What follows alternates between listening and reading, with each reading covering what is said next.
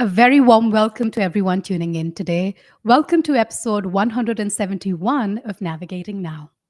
My name is Eshani Gupta, and I'm a director here at Thortium, and I will be your host for today's episode. Just a reminder, we go live every Thursday at 3 p.m. Central, and you can find all our episodes on thortium.com/live. We're very excited to welcome our guest for today, Nathalya Mamane, a founder of RT MicroDx, that is a startup in the healthcare diagnostic space. Nathalya is a dear friend and also mother of four, and we will delve into the nuances of her career reinvention, how she embraces change, and the power of pursuing one's passion. We'll get closer to her remarkable story of embarking on a new chapter and launching her own venture in the diagnostic space without any prior background in the field, and also much later in life.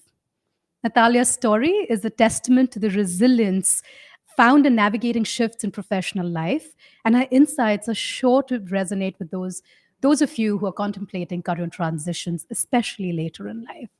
So let's welcome Nathalya. Hi, Nathalya. Hello. How are you? Great. So great to see you. And thank you so much for having me. Absolutely. I'm like just delighted to have you here. You have been such a huge inspiration for me personally, which is the way you've navigated life and everything you do, and just like, the drive and resolve you have. So I'm really excited to be talking to you today, as Well, going live I'm with everyone. I'm beyond honored to be here and having my first live with you as my close friend is a real honor and privilege. Thank you. Natalia, we ask everyone who joins our show, one word to describe how you're coming in today. Excited and just excited and overall just filled with happiness and joy. Yeah. I feel like those are also two words that I feel you take with you wherever you go. Like that kind of like defines your presence, excitement and happiness, every interaction and every project you touch. Well, very excited to have you on the show today and looking forward to unpacking your journey with you. So, Natalia, to kick things off, and for those who are tuning in, for our audiences, tell us about your journey, your story. So, for everyone, you were a small business owner, you had your own business in the event management space, and then you decided to get your MBA at 45, which is where you and I met at Babson. And then you decided to, completely do a complete pivot and get into the diagnostics business, and you started your own diagnostics company. So, tell us about your journey and what's that story been like? So I I stumbled into this diagnostic venture the same way I stumbled into the event planning business.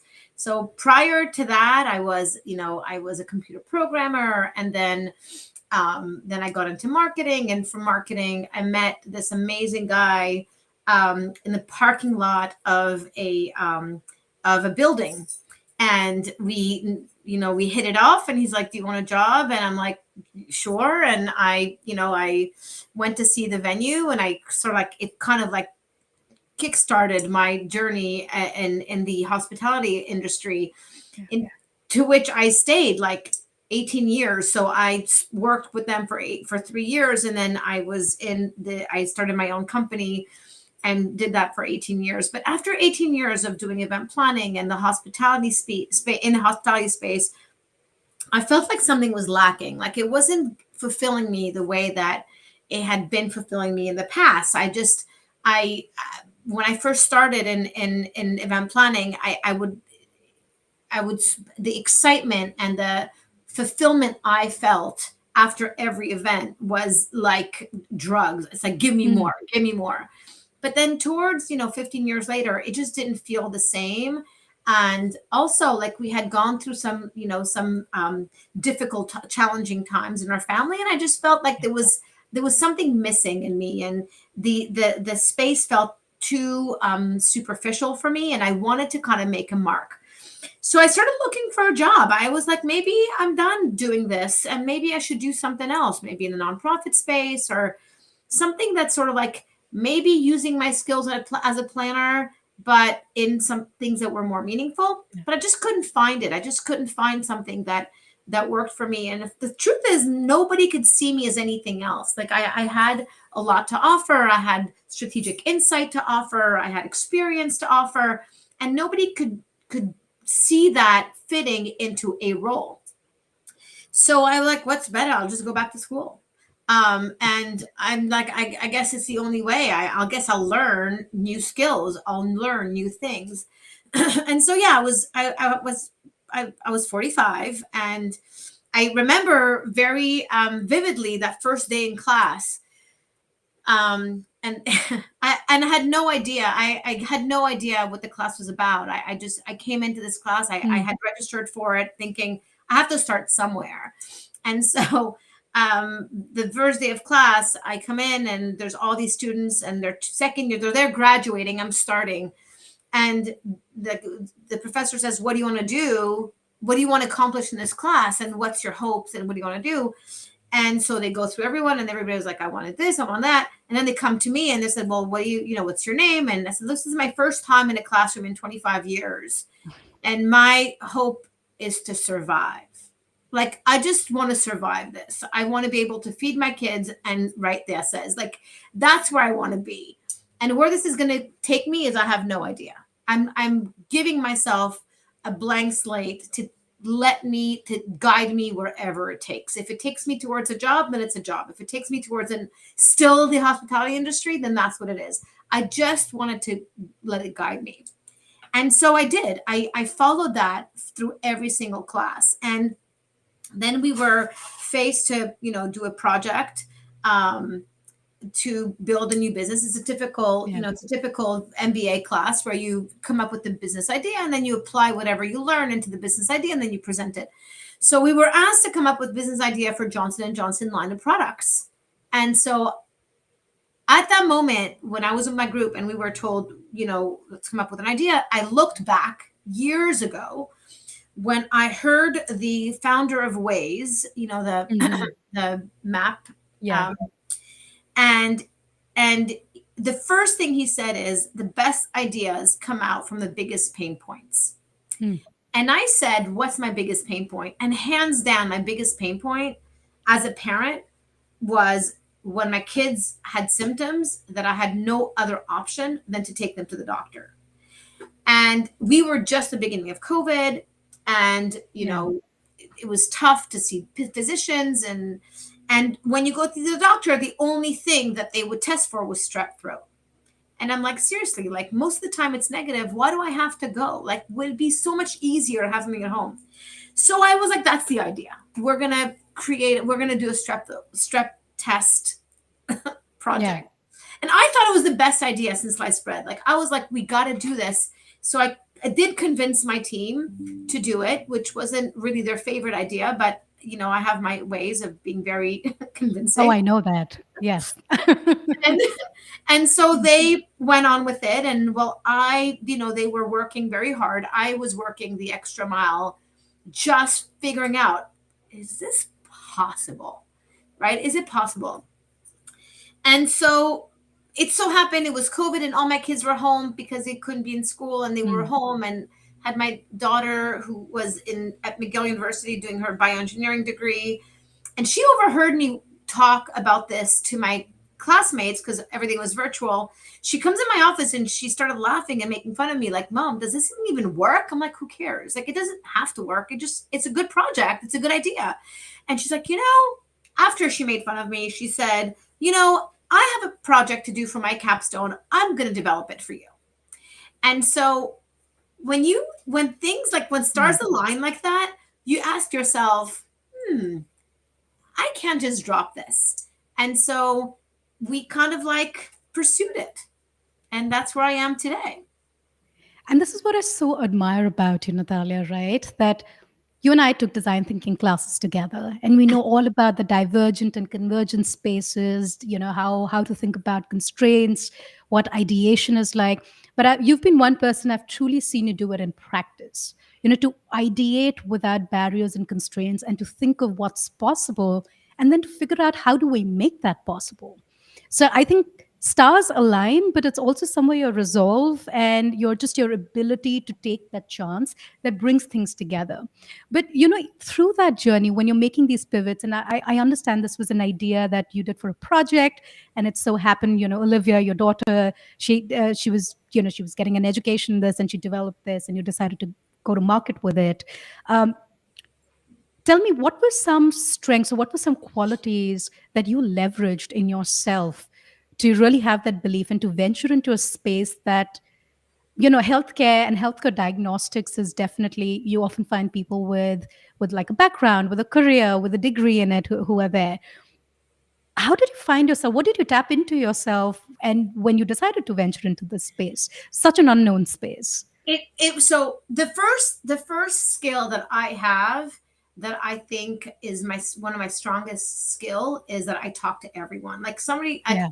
I say this as a joke, but if I could talk to the wall, if the wall would answer back, like I'll talk to anybody. Yeah. And so some people will listen and some people won't, but at the very least I will have tried. And so what I've leveraged is the ability to just tap on the heads of everyone I've spoken Mm. to, and to get nuggets from everyone I spoke to. And sometimes it was just fun, and sometimes it was very insightful, and sometimes, whatever, you get it all. And so that's a skill that I was able to leverage that really helped me learn everything I had to learn to not only start a diagnostic company, but to start a venture. Like it could have been a tech venture, it could have been like a food venture.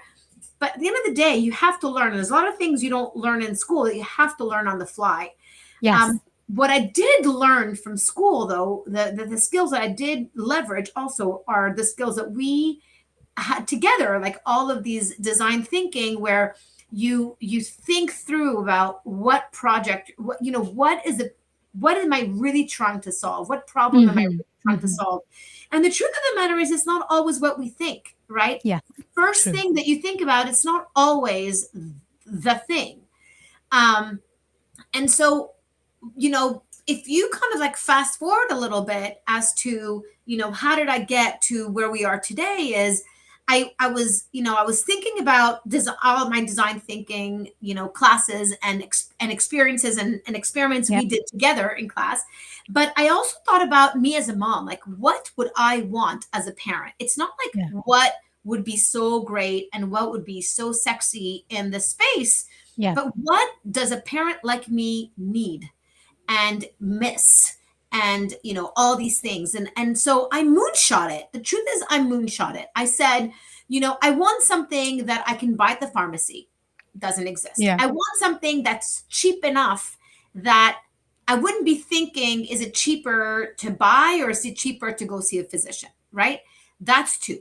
I wanted something easy because there's no way I'm swabbing my kids. Like there's an age where there's no way you're swabbing your kids yourself.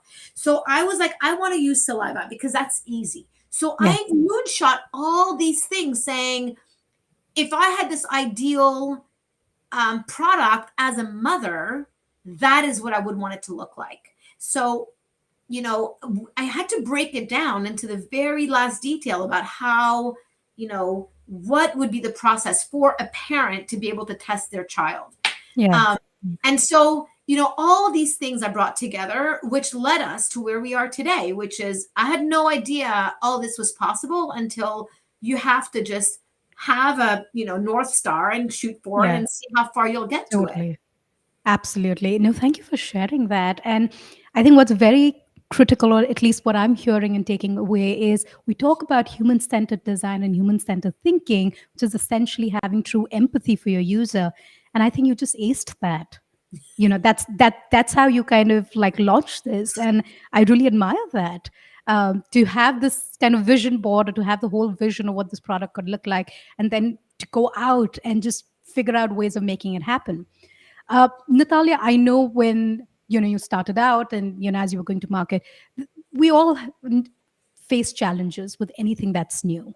What were some of the critical challenges you faced in the last, say, 2 years of doing this? So I have to say, the biggest challenge I've faced is twofold. Um, Hmm. the first one is the challenge of myself. Hmm. right? Is feeling like, what the hell did I put myself into, and can I do this, right? And I can expand on that. And the second challenge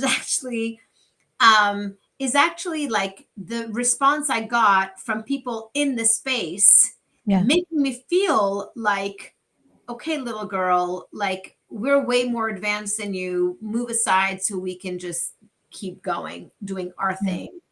You're way behind us. So one kind of like helped the other, right? One kind of Yeah. like fed the other, if you will. I've always told my kids, I always, and I believe this wholeheartedly, is if somebody tells you something and it hurts you, it's because deep down inside, that's what you think of yourself, right? Mm. So if somebody, and so like it's a mirror. And if Yeah. you don't think that about yourself, then who cares what people are thinking? Right. True. So like for example, right, if somebody says, okay, you're not smart, and it hurts, it's not because you're actually not smart, it's because you think you're not smart, Mm. right? And so you have to get the confidence to believe that you're Yeah. smart so that whatever they say doesn't affect you. So when I was getting this feedback from people that are already in the space, I was it was affecting me. Why? Because I actually didn't have the confidence that I belonged where I was doing, Yeah. belonged in this space. And so it took me a while for me to realize that what I'm doing is actually essential to the future of healthcare, and that all of these players that were kind of telling me, move aside, you don't belong, are wrong. And Mm. and so once I came to that realization that, hey, whatever you're building, it may be great, it may be sexy, but I don't think that's gonna stick. And I may be wrong, but I had to like, that's what I believed at the time. Then at that point, whatever they were saying was no longer affecting me, and then I was no longer second guessing myself. Yeah. But this whole sort of like, you know, um, confidence, question, it's normal, right? And you have to fight it Yes. all the time. But as long as you don't kind of like hear what other people say and like put it on yourself, that's where sort of like you can get out of it. Totally. Natalia, many individuals may actually hesitate to pursue something entrepreneurial, especially this late in life, right? Like you got an MBA and you completely pivoted a career and got into an ambitious entrepreneurial venture altogether. And there are a lot of perceived risks and challenges that probably keeps people away from pursuing something like this. So if you had to give advice to someone who might be considering, a career transition, especially starting their own business later in life, what would that advice be?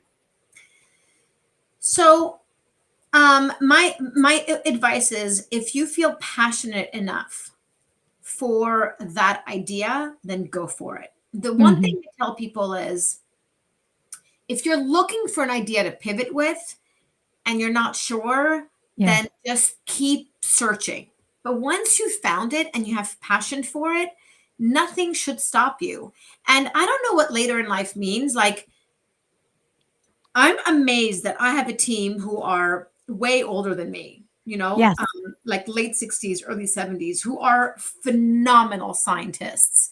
And, they haven't pivoted. They're scientists and they've just grown Yeah. into their role. But, they are very active and they work very hard. And so, later in life is really like you stop It's when so you subtle. die. Right? And so Absolutely. you just keep going. And when people ask me like, how did you do it, I don't know how I did it. If you love something enough and you're passionate enough, then you just do it and you find ways to make it work. And so I think that no one should be asking themselves, can I do it, or how do you do it? Once you're in that space, you just keep pushing. you just Go for take it. you just go Yeah. for it. You know, the Babson thing about like entrepreneurial thought and action that we all like told about every single day. And I see you truly like living it. That's how you live your life. And it's just amazing. And about your team, actually, that was going to be one of my questions, that tell everyone about the team you've built. I know you went and got a lab, you built a small team, and they're like really accomplished people. But like, tell us that process of putting this team together. So, like I said before, you have to talk to everyone. And Yeah. so when I graduated, when I graduated, I applied to the Summer Catalyst program at Babson. And when I got in, I literally thought it was lottery. I was like, I remember, Yeah, I remember that. I remember Yeah. getting accepted, and my daughter Olivia was in the house downstairs, and I ran to her, and she heard me scream. I went to her, I'm like, "We made it! We Yeah. made it!" And so it's so funny because since then there's been ups and downs, right? But that was like lottery. I'm like, Yeah. it's a beginning of something. And so while I was during this program, and I think accelerators are very strong and very helpful, and I highly recommend people, you know, joining accelerators as much as they can, is, you know, the network that it offers you, and that Hmm. network allows you to meet people and allows you to meet people. And then as long as you can show your passion and show your interests and believe in what you're doing, it becomes a little like contagious, right? People were Yeah. like, oh, I want in. And so I met David, who's basically the brains behind our technology. Um, and you know, I met him at a cafe, you know, close to Babson actually. And I'm like, you know, David, this is what I'm doing. And he's like, oh, I can do this. I think this is going to be fun. I can do this. And so this is going to be easy and it's going to be fun. And so I'm like, and he's like, for a little bit of equity, I'll help you. I'm like, I'll Yeah. take it. I'll take any help I can get. And so but he said, but you need to meet with the molecular biologist that I know very well, that I've worked with for many years. His name is Dylan, and you have to meet because we have to figure out the science part. I'm Yeah. like, all right. So I meet with Dylan, and Dylan was like, I think this is fun, and you're a fun person. And so like it became sort of like this really great organic team that Yeah. we built, that they started as advisors, but they love this so much because I think that you have to show how much you care about something for something to be contagious, for people to care about it too. And so they cared about it and they're super committed. And then they went from being advisors to being executives. And from there, we hired the right person to be in our lab. And you kind of grow slowly. I think the one thing that I do not own as a gene, Hmm. and you will understand that. In fact, all professors at Babson knew that about me, is I don't own the gene of patience. It does not exist in me. And so it is something that I need to build, and I've had to build it because you need a lot of patience to sort of like get to small milestones. And Yeah. so, you know, they're helping me build that for sure. And so it's just like we're just plugging along. Well, Nathalya, your journey has truly been very inspiring. And I've said this before to you that I take a lot of inspiration from you. I've seen you, you're a mother of four, you run a full household. In addition to that, I saw you kind of manage coursework at MBA, then start this venture, and you would be so active that I would always be very, just like inspired, where I was just like trying to manage coursework and get a workout in and keep my, cook my meals. You were doing it all. And I was just always so inspired by that. Just like a last question, looking back, having started this journey, in this entrepreneurial space, building this small business of yours, bigger, hopefully a big business tomorrow. What are some insights or what are some valuable takeaways you have? So in terms of insights is it's hard. Hmm. This is hard. I knew it was going to be hard.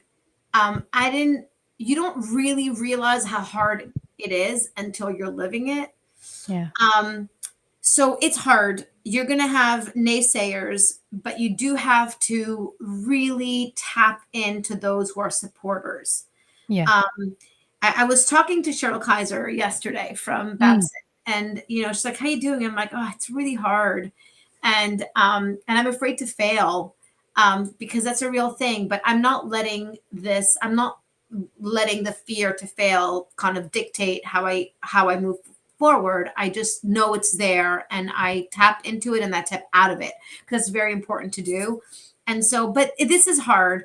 And the one thing that I would say is if you need the time to, if you need the time to feel it, and to feel that it's hard, and to feel how, how difficult and Yeah. challenging this is, give your time for you to feel that, so you can let it go and Yeah. keep going. um, the first time I ran a half marathon, I went to buy a new pair of sneakers, and I was so nervous about, I don't know what I was nervous about. All you have to do is Yeah. run, and if you can't run, you walk. Like, I don't know what I was nervous about. I think I was nervous to not finish it.